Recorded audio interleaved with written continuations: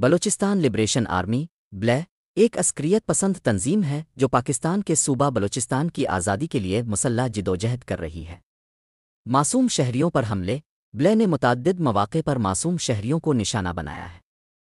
4 جنوری 2025 کو تربت میں ایک بس پر حملے میں کئی نوجوان جاں بحق ہوئے، جس پر شہداء کی ماؤں نے شدید غم و غصے کا اظہار کیا۔ طلباء کی بھرتی پنجاب یونیورسٹی لاہور کے طالب علم طلعت عزیز کو بلے نے جھانسا دے کر پہاڑوں میں لے جا کر اپنی صفوں میں شامل کیا۔ ہتھیار ڈال کر قومی دھارے میں شامل ہونے والے سابق بلے کمانڈر نجیب اللہ نے انکشاف کیا ہے کہ بلوچ علیحدگی پسند تنظیموں کو غیر ملکی ایجنسیاں سپورٹ کرتی ہیں۔ انہوں نے بتایا کہ ان تنظیموں کے رہنماؤں کے بچے بیرون ملک تعلیم حاصل کرتے ہیں، جبکہ عام جنگجوؤں کو بنیادی ضروریات بھی میسر نہیں ہوتی۔ پاکستان میں دہشت گردی کی جڑیں ماضی میں ہونے والے واقعات سے جڑی ہیں۔ مثلاً جنرل ضیاء الحق کے دور میں بعض پالیسیوں کی وجہ سے ملک میں فرقہ وارانہ منافرت اور دہشت گردی میں اضافہ ہوا۔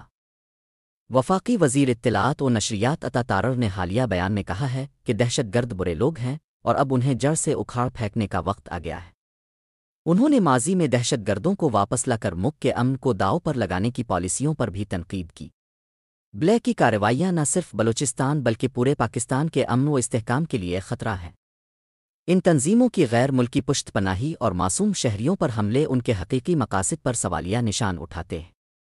حکومت اور سیکیورٹی فورسز ان دہشت گرد عناصر کے